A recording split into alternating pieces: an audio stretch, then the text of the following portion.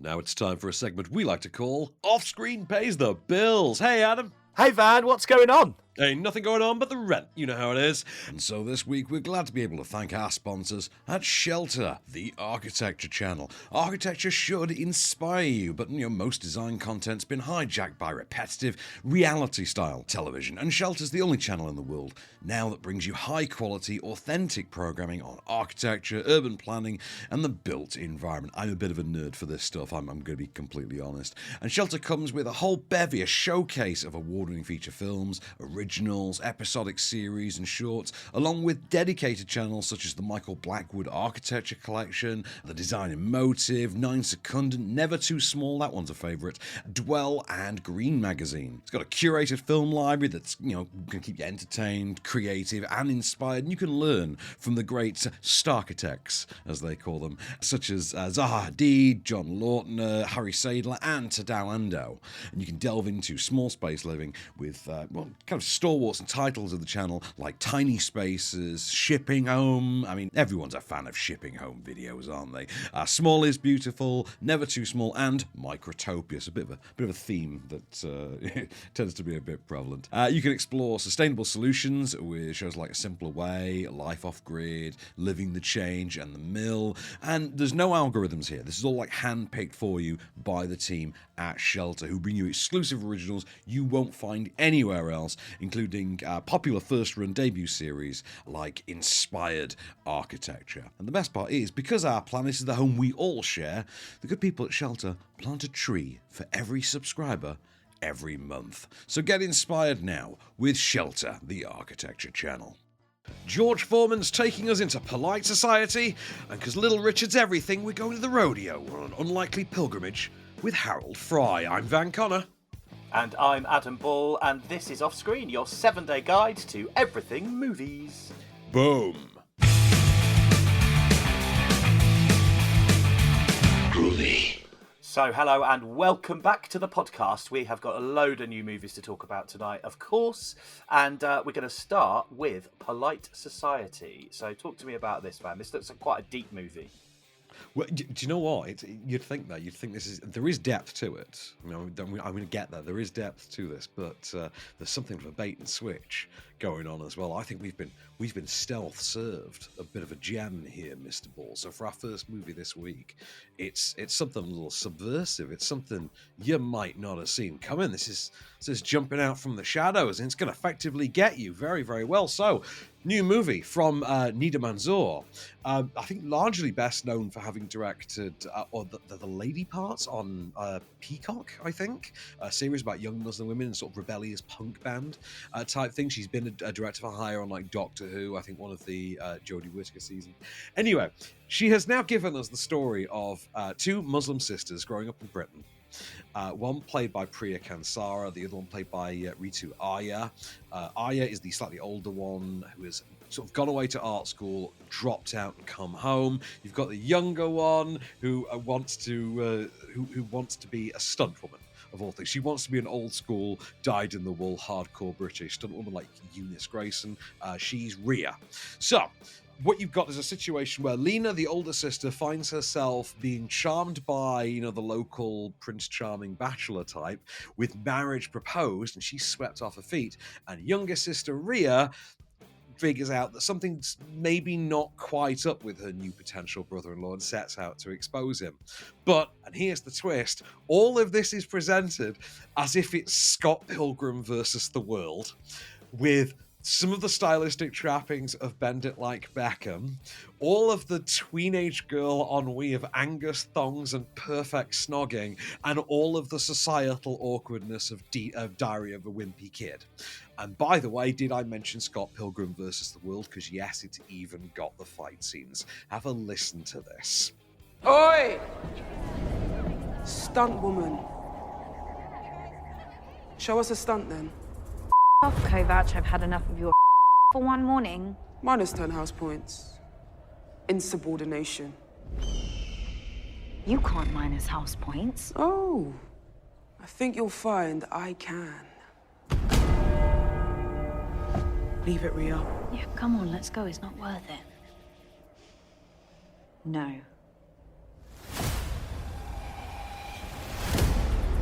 Let's dance. There's something mysterious about the sound of this movie, if I'm honest, from what I just heard there. Oh, I really loved it. I had such a blast with this. Went in and I genuinely thought, look, at best, this will be some like vaguely charming, familial, dramedy about sisters, like at best. And I came away and I'd had a ride. Like I actually went on like an action adventure ride in a way that you can draw comparisons with something like Everything Everywhere All at Once, in the way that combines its fantasy stylings with familial drama, with character development. I think this is a genuine comparison to be made. Obviously not in the same league. I mean, this is never winning Best Picture or anything, but there's the makings of, believe it or not, a female Edgar Wright here. I really think there's energy to this. That central performance by Priya Kansara, I'm a huge fan of. Like, she's got a very specific frequency. And it's one of those where that frequency lines up with the material and the results are the best they could possibly be. I like the relationship she shares with Rita Arya as the older sister. Like, even though they're separated for I think slightly too long of the runtime, there is a powerful chemistry that does manage to sustain the sort of absence. And my absolute favorite thing above all else is just give me any movie in which Nimra Busha gets to do exactly what Michelle Yeoh did in Crazy Rich Asians and just go full Joan Collins mode. Like, you give me any movie in which Nimra Busha gets to chuck her hat in that ring, you've got my money. And she's been doing this a lot lately. I think she did the exact same thing in Ms. Marvel about 3 to 6 months, maybe 9 months ago, I think that was now. It's a bit longer for reasons. This is just a really solid film. And I think as well, there is a movie here that very clearly can resonate, something of a cult classic for definitely teenage girls between, say, 12 and 16, at a guess. I think there's an audience there that are going to absolutely lap this up, and for whom it very well could become, in a perfect world, their Scott Pilgrim. What's the I know you touched on the action scenes, but I mean, are we talking like proper big, big action scenes? Well, but again, not to hammer the actual comparison point home too much, but yeah, like Scott Pilgrim, this is going into anime territory. This is wire fu. This is running up walls and backflipping. And remember, this character wants to be a stuntman, so this is all taken within a certain comic book aesthetic of the movie. But this is set in a real world. This is, it's an inventive script. It's very sharp. There's a very clear and concise voice that's propelling the direction of this, and it balanced. As I say, it is in the same way as Everything Everywhere All at Once, something that does noticeably straddle the balance well between the fantastical and, for lack of a better one, the familial. And I think that's not an easy thing.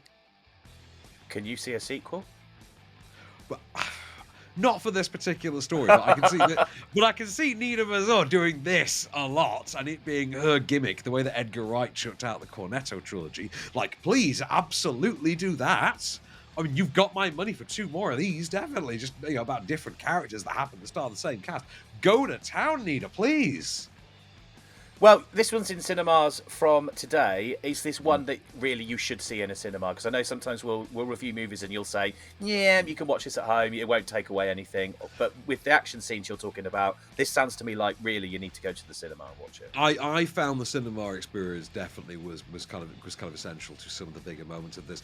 But having said that, because it is, like I said, it is about that balance, you can make the same argument that with the sort of nature of the character-driven sort of side of this, the dramatic sequences, the dramatic elements to it, the dramatic threads, it can work as well on a home screen down the line. But I will say, go and see that. It's really charming. Like, I was so won over by it. I had no sort of real expectations of it one way or the other beyond maybe a certain image of what it might be like. And okay, I was a little bit off, but yeah, damn, this is just a really charming, really winning, likable, a very endearing movie. I'm a big fan. I loved it.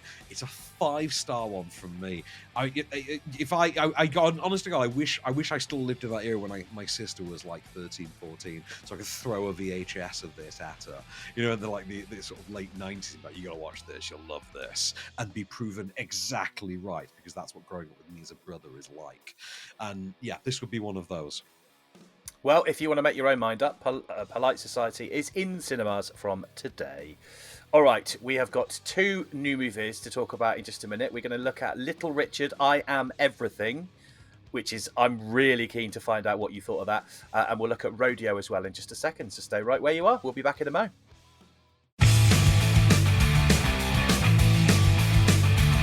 So, hello and welcome back. We have got 2 more new movies to talk about. Little Richard in a moment. First, though, if you are a fan of dirt bikes and speed and the smell of petrol, I'm assuming this one might be up your street. From what I've seen, as far as the trailer goes and the synopsis, it's called Rodeo. What did you think, Van? I mean, I don't like to jump off the bat and bury the lead, sir. I mean, damn. I mean, let's get some suspense going. So, new movie from French director. I think it's Lola Quivoron, sorry, who gave us Son of the Wolf, I think, back in, I want to say 2016, maybe 2015.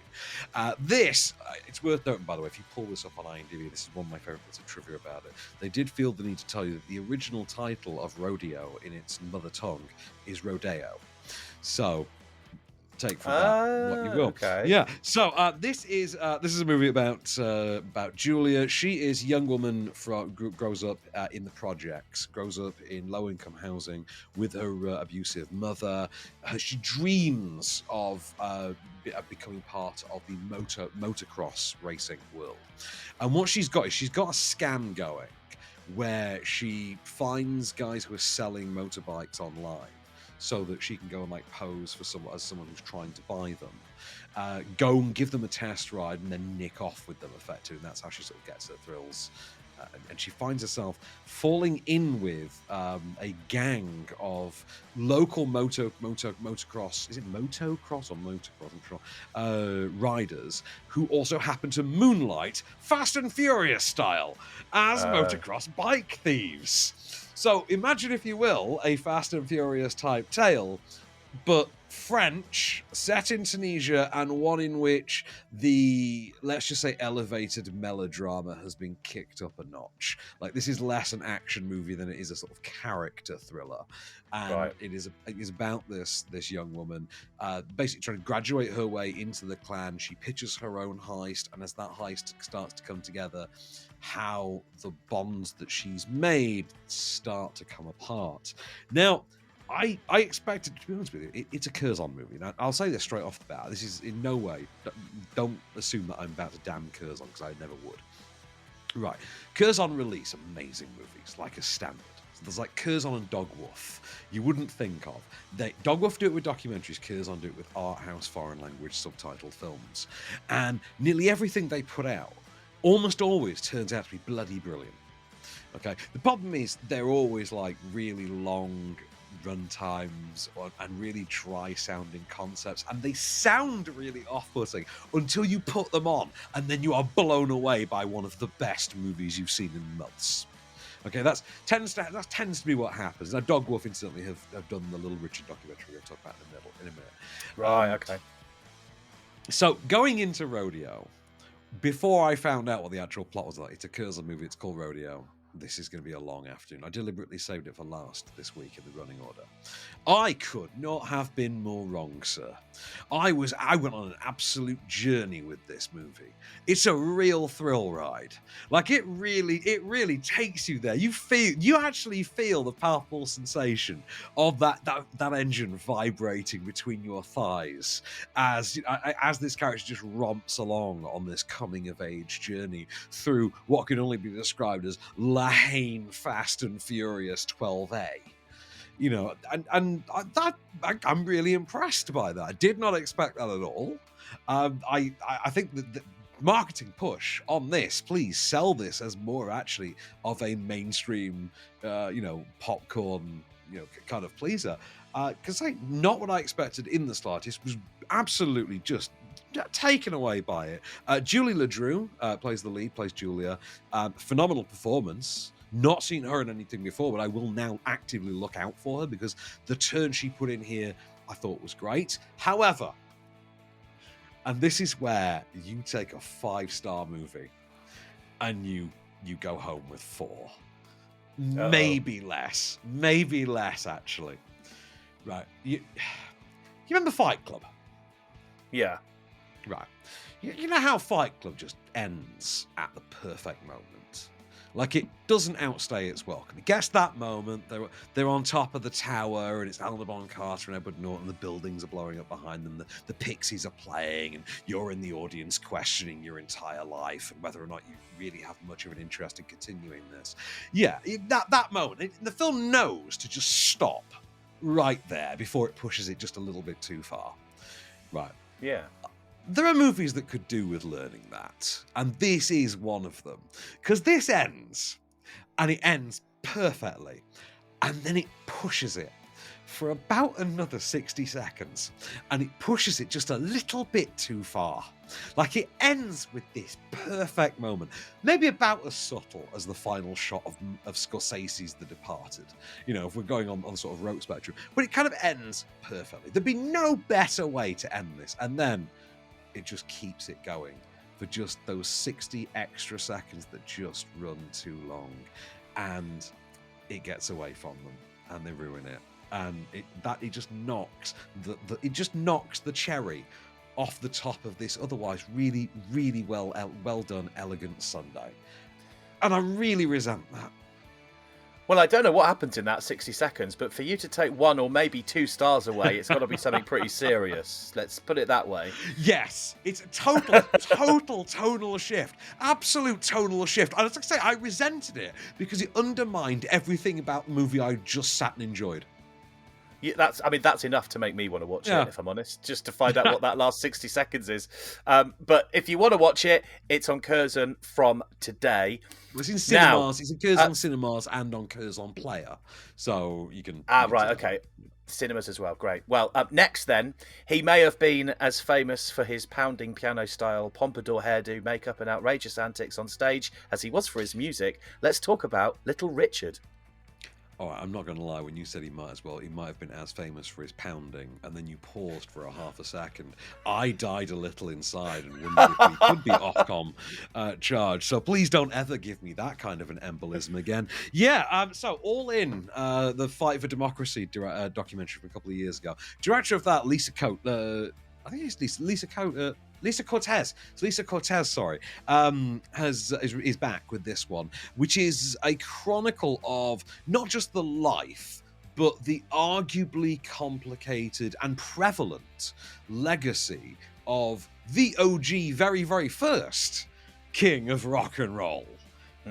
Little Richard. Who kind of came along. He was before everyone. He was before before Michael Jackson, before Elvis, before everyone else that ever tried to be the king of pop. We're going to get to that in the clip, believe me. And they get access to absolutely everyone in, much like Cortez's previous documentaries. I think was it Hip Hop X, the fashion one as well? Sorry, go on, you on. I was going to say, when you're saying he came before everyone, I mean, Jimi Hendrix was a backing musician for him. I mean, that says it all. Well, but that's it. The James Brown one. I remember the James Brown movie Get On Up as well, and Little Richard is sort of the mentor figure in that. So this comes up in the documentary as at one point, sort of towards the end, we are shown very, very glaringly obvious examples of artists doing the exact same shtick today that originates with Little Richard. And we're talking about like archive clips of like Harry Styles and people like that, like kind of modern artists, up in there. But say, neither here nor there. This is about the man as much as it is his influence. Have a listen. This is Little Richard, I Am Everything. Little Richard was the first thing I remember, like as far as rock and roll was concerned.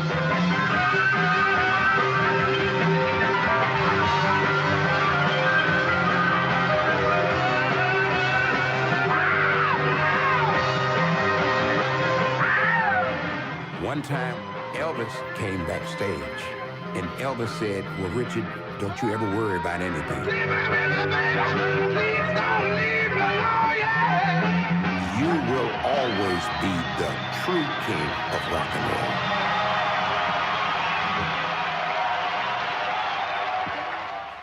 Of course, Elvis Presley and the Beatles covered his songs, didn't they? And you get to see the pictures of them all meeting at different points through history and the stories behind them. And we actually get archival footage of the Beatles at different points in their careers talking about what an honour it was the first time they met Little Richard and what big fans they were and how they were all nerding out. And you see like the photo of like your little like 19-year-old George Harrison, who apparently George Harrison was speechless. And just it's a really sweet documentary, but it's also a very powerful one. And I don't know, obviously from a worldly privilege outside of the economics, obviously, I'd be remiss in considering a lot of the absolute strides that Little Richard came to represent in his career and exactly what he meant to so many people. And it's a really great profile, as I say, of both the life and the legacy. And it is important, given that it is Little Richard, they kind of do focus on both. There is that temptation, and it's kind of the Elvis problem to an extent. Do you go for the man, or do you go for what he represents and what he led to? What he influenced? Because either one works, but getting them both right, that's where the gold is, and the best ones of these do tend to be the ones that nail that exact balance. I think this is an absolute winner. As you could hear in the clip, there was Mick Jagger, I think, in that clip. We've got talk of Elvis. Paul McCartney's in there. There's absolutely everyone is in this documentary. I mean, there are probably more people, and then they all got cancelled before this as well. There's just everybody you could think of is in this documentary. It's absolutely terrific. Very very well put together. Very elegantly packaged. It's not going to reinvent the wheel or anything like that. It's not like a groundbreaking visual aesthetic or anything like that. But it's a tight and tidy one. It's glossy. It's engaging. It has nuance. It has depth. It has things to say. And it does have insight. But at the same time, it does have that. It does have that rock and roll swagger. It has got some of that. And I think, to be honest, given that it's the Little Richard one of these, it's probably the thing that it needs the most, if we're honest. I absolutely love the sound of this, and I just think it's great that he's getting that recognition for maybe younger generations that didn't quite know how big he was, and how much of an influence in the music world he actually had. So brilliant. If you want to see it, Little Richard, I Am Everything. It's in cinemas and on Dogworth Player from today. Right, still to come, we're going to look at the new big George Foreman movie in just a few minutes, so stay where you are.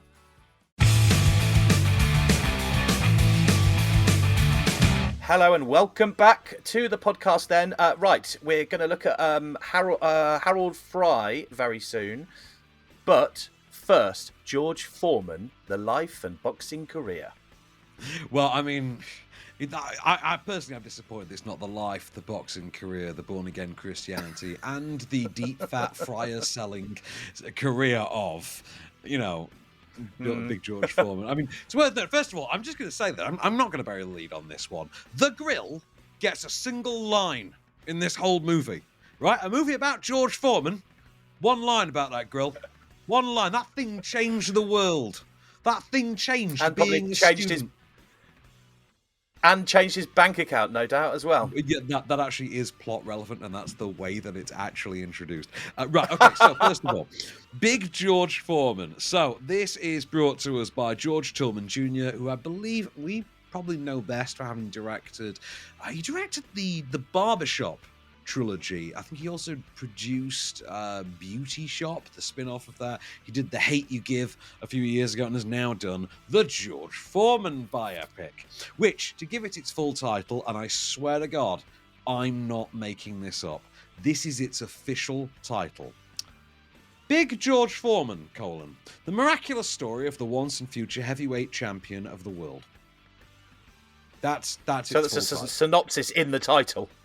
Exactly that. Now, if you go on IMDb, it's worth noting that the actual synopsis, and I had to do this just to prove a point, the actual synopsis on IMDb is The Life and Boxing Career of George Foreman.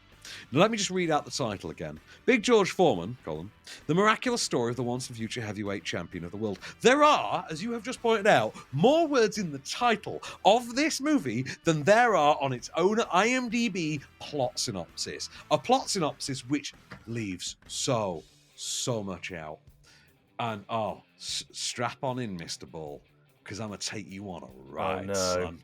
Oh my God, have I got a ride for you. Okay, so we open with George Foreman as a little boy when he grows up in relative poverty, finds himself growing into his teenage years, sort of life of crime, having gone through a school system in which he's bullied, he's ridiculed. The other kids call him George Poorman. That's what they do. They taunt him with their crumbs and they call him George Poorman, and this leads into life of, criminal stuff in his 60s, his teens, etc. He finds himself being put into a US, as a sort of a way of escaping his situation, going into a US jobs corps program in which he finds a new mentor played by Forrest Whitaker, who notices that George can punch. Like, he's really strong. He can take a punch too and not really react. George isn't that bright, you see. But George also, turns out, can really smack a guy. And if you combine those two, and you combine them with rules and training, you could be the heavyweight champion of the world. And that's what our boy George, who by this point is played by Chris Davies in his more adult years, goes on to do. Until one fateful day, when there's a match called the Rumble in the Jungle. Do you remember what happened in the Rumble in the Jungle, Mr. Ball? Oh, no. Enlighten me. He got his ass handed to him by Muhammad Ali in a famous maneuver we now know as the rope-a-dope. That was it. Took him to the ropes, let him wear himself out, and then beat the hell out of him. In relatively quick succession as well, it's worth pointing out. Now that's history. This movie then follows on from that with a new perspective, which we're following it all from Foreman's side, and he has to deal with the psychological toll this takes on him and how it leads him to find God and try and become a preacher and start his own church and youth center. The only thing is, these aren't things that pay money, so he has to go back into boxing. But he's old now, but he's still got something in the tank, because it turns out he's really good at taking a punch and not reacting, but also dishing out a punch. And it turns out that if you combine that with rules and training, then you could actually just have the clip, honestly. George Foreman ain't no new champ. He is the new chump. We gonna get it on because we don't get along. Foreman goes down! Who said that? Nobody said nothing, George. George. Oh, George. Whoa. Your heart stopped. We thought you was dead. I was. I'm done. I'm not going to box anymore. Do you know what you're walking away from, son? I want to spread the word of God and what I saw. How's being a preacher going for you? It's hard. Harder than getting punched in the face. See, so far, to me, this sounds like a really good movie. Yeah, they've packaged it really well. You've packaged it well in the marketing, haven't they? Well, it's very easy to sell an inspirational boxing tale. It's not exactly a challenge. You've got Ali in there. You've got George Foreman. You could make a decent spin of some drama. Right. Thing is, they've come at this from entirely the wrong angle. And George Foreman as a character, if you're being faithful to the man, this ain't the film to do it with, for starters. I mean, you don't go down, not a faith-based feel-good drama. You don't go down that route with Foreman, because frankly, it doesn't fly in much the same way you wouldn't do it with Tyson. You know what I mean? Like, nobody's trying to make a feel-good movie out of Mike Tyson. And yeah, there's an element of that with Foreman. I will say, credit where it's due, like Chris Davies, very good. Like, he does a very good job of, again, that difficult balancing act of, I'm playing Foreman, I need you to know that I'm George Foreman at the same time. I don't want you to feel like I'm impersonating George Foreman. Like I say, very, very good. He is infinitely better than the movie he's doing it for. Like that's straight off the bat. The movie is nowhere near as good as Chris Davis is being George Foreman in it. Like I say, he's pretty solid. The movie itself, it's neither pretty nor solid. Very ho-hum, like a 2-star humdrum, like a faith-based pure flick. So remember faith-based ones from pure flicks, like God's Not Dead and garbage like that? This is one of those. Because for one thing, why am I watching a boxing movie all about the power of Christ and belief? Who looked at the story of George Foreman, a man who staged this very bizarre literal Rocky Balboa, I do mean the movie rather than the character, Rocky Balboa plot arc in conjunction with selling a grill, and thinks, that's how we'll do it. We'll appeal to the Jesus folk. Who did that? I mean, tell me at least there are some good fight scenes in this. Right. Now, this is where the film, for me, scores one of its only 2 stars. Now, I'd give it 2 stars, and 1 star is for the Chris Davis performance. The other star is just for, there's some very good recreations. Just neat little recreations of scenes. There was one of them, actually, that involved Evander Holyfield in the 1990s. It might have been 1990, in which I couldn't tell if they'd actually gone and gotten a lookalike to be Evander Holyfield, or if they had actually just used visual trickery and inserted the actor into the actual footage. Now, I couldn't tell. And that's something. For a movie that otherwise feels as cheap as Pure Flicks, Hallmark, made for streaming, whatever faith-based platform nonsense they have now, it just in the lights like that, I was genuinely blown away by that level of actual production. That was, again, bizarre. It's better than the movie it's in, and made no sense to me. I'm assuming the soundtrack hasn't got a patch on Rocky either. Hell no. It's worth noting as well. I mean, if you stack this one up against, given certain plot events in it, stack it up against, Michael Mann's Ali, which I actually revisited a few months ago, the Will Smith Muhammad Ali movie from 2001, I think. It was an Oscar nominee. Yeah. He and John Voight, I think, got Oscar nominated for it. Which, a great movie. I revisited that recently. Stack this up against that, and this is like Scrappy Doo when he's being held at arm's length, and he's like, "Let me at him! Let me at him!" This is like that. It's pathetic. It's honestly, this is just it's embarrassing. I honestly, I'm sat there watching it thinking, I feel so bad, for so many people involved in this movie, because this just it just feels so cheap. It feels so funny. Like Forrest Whitaker. I mean, I presume the majority of the budget went on Forrest Whitaker. I mean, and he's phoning it in, but Forrest Whitaker phoning it in is still better than most of the actors. I need to stop, because if I could do this all day. It's a really spectacularly terrible movie. In fact, I'm leaving one thing out. Can I just single out Sullivan Jones as well, who's Muhammad Ali? Oh my God, I wanted to laugh. It was like a vaudeville performer. It was like a working men's club act. It was, oh God, it's just... Okay, so it's called... Let me give it its full title before we sign off. I'll say it's called... I don't want to sell anyone short. Yeah, exactly. Sorry, it's called Big George... I'm going to post it right here for you. It's Big George Foreman, the miraculous story of the once and future heavyweight champion of the world. It's in cinemas from today. I would suggest you not be.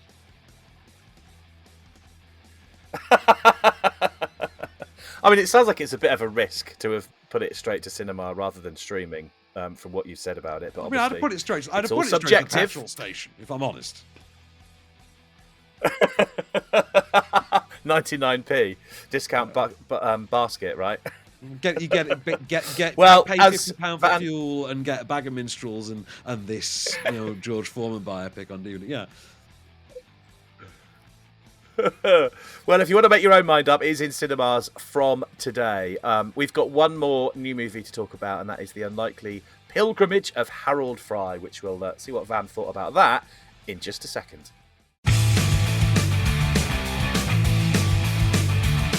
So welcome back for one last ride. We are now going to look at The Unlikely Pilgrimage of Harold Fry. If I'm honest, about all of the movies that we've been talking about today, this is the one I really wanted to hear what Van thought of the most. So please tell me it was good.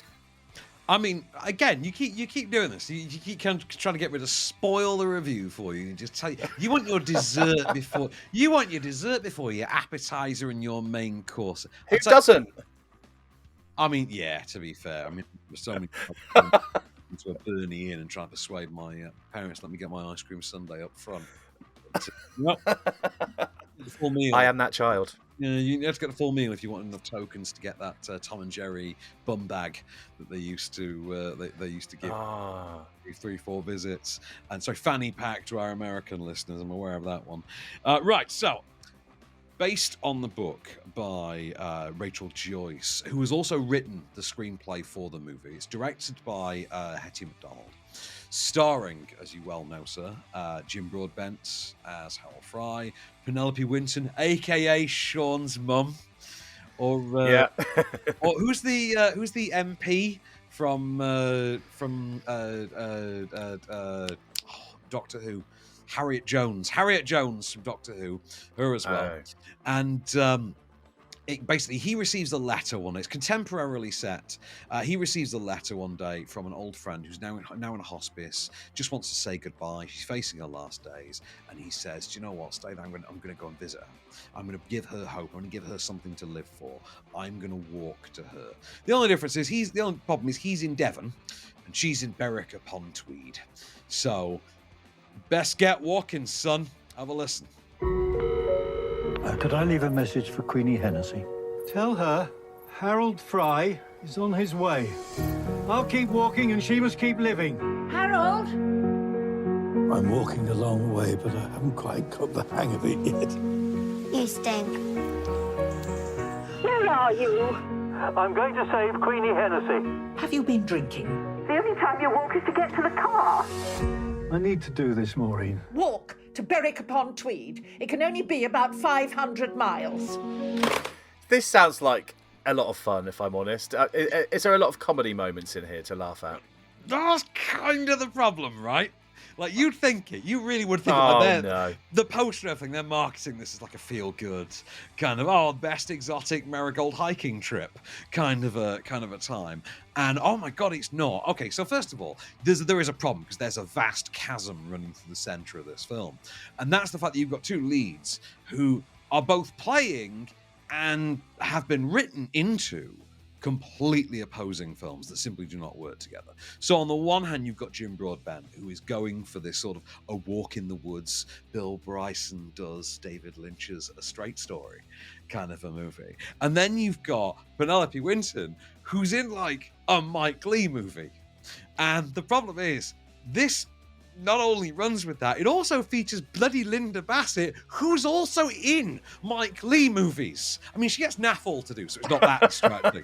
But, and then somewhere in the middle of these two vastly different movies, you've just then got this awkward result, which is this tonally odd kitchen sink road movie that you'd give 3 stars to, because on balance, it mostly comes out quite charming.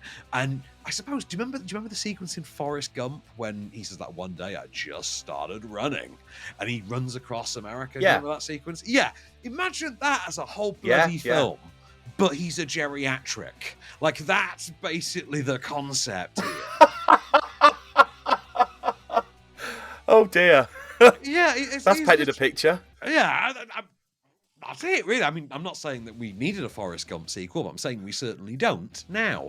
I was charmed by the performances, but to be fair, I kind of expect that of both of these performers. Like, even in their worst films, come on, it's Penelope Winton and Jim Broadbent. They're like two of the best. You know what I mean? They are British acting royalty, and they are for a reason, as they aptly demonstrate here. They can literally stroll through this blindfolded and absolutely take it away. I think the film doesn't quite feel as well thought out on the script page and the screen. If I say on the page, given that it comes from a novel, I'm being disingenuous. I've not read the novel. However, I can very much imagine, given the way this has been written for the screen, that it probably suited a novel format a lot better, and that tonal shift probably flew a lot better in literary form, in prose form, because for a film it simply feels messy and disjointed, and I think it ruins a lot of the momentum and flow that it tries to build along the way, that it needs to keep going. Not to take anything away from those performances, they are great performances, but again, their performance is better than the movie that they're in. I guess from what you're saying there, you know, as a novel, it's allowing you to paint your own pictures in your head, whereas as a movie, it's put in front of you, and if it's not done right, you get the response you're giving. I think we're more because I think we're used to being taken on more of a tonal journey. In literary form. I think it's something that I think the way that they try to do that with this particular story is just not something that works for the screen. I think it is something that if you're going to do it, I think you need a stronger, more distinct director on something of more of an auteur vision than what you have here. Like, I mean, let's say it's not a mark of. There's very few of those directors in the world, and you know, not even all directors that we give the auteur moniker to now would necessarily be able to pull it off. I can't, for instance, imagine a David Fincher version of this. You know what I mean? It's something that I think would be difficult to get right, and I don't know of a director off the top of my head who probably could have nailed the tone that they try to go for in this. But I can tell you that the squad they've got behind this simply don't manage it effectively well enough. It is too disjointed, it doesn't quite work, and it does feel to the detriment of two really quite wonderful performances. Bit of a shame. Could have been a really good movie. You know what else as well? And from what you said, but as Jim Broadbent and Penelope Winton's son in this, there was something about the way this kid looked. I had to look him up, and his name's Earl Cave. And I thought, Earl Cave? That seems like a strange name. He's only Nick Cave's son. Yeah, Nick Cave's got a son named Earl. Oh, Earl Cave. Earl Cave plays Jim Broadbent's son in this. There you go. Well, every day's a school day. If you want to make your own mind up and watch The Unlikely Pilgrimage of Harold Fry yourself, it is in cinemas from today. So, let's talk about some of the movies we're going to be looking at next week. Guardians of the Galaxy Volume 3. I'm pretty sure you are very excited to watch that, Van. Yeah, I mean, I'd be slightly more excited if, you know, the man I co-host this with every single week for the last, near a year had at some point taken my advice and watched the first two bloody Guardians of the Galaxy movies. Oh my God, you're supposed to be a music guy. How have you not seen Guardians of the Galaxy Ball? Come on! I know, I did start the first one, but I'd been awake for 22 hours and I fell asleep after half an hour. So, you know, that's my excuse on that. But I will watch them. If that's an excuse you think flies, you would not have lasted 5 minutes alongside John Mosby and I at the great 2014 press conference of the first Guardians of the Galaxy movie. Oh no, sir. We pulled all-nighters for days and it was worth it. We have also next week got a film called Lakelands, which is, I believe, is an Irish drama about a footballer who survives an attack, has to deal with PTSD. We've got a new movie starring, another Guardians alum, Laura Haddock, best known as Will's love interest from the In-Betweeners movies. She stars alongside Tom Burke, aka Strike, in The Laureates next week. I think we've got a Korean pilot movie called Born to Fly, and Harker, which I think is an Egyptian street drama, which sounded quite good actually as well. So it looks like it's going to be an interesting and very varied week next week at the very least. Yeah, a full week of completely different genre random movies by the looks of it. Yeah. So looking forward to... Yeah, it is pretty much like that, isn't it? Well, we look forward to that and see what you think of them. You can get set to watching them this week, and we will hear what you think on the next podcast. Well, that's all we've got time for on Off Screen now. I've been Adam Ball. I've been Ben Connor, and we shall return.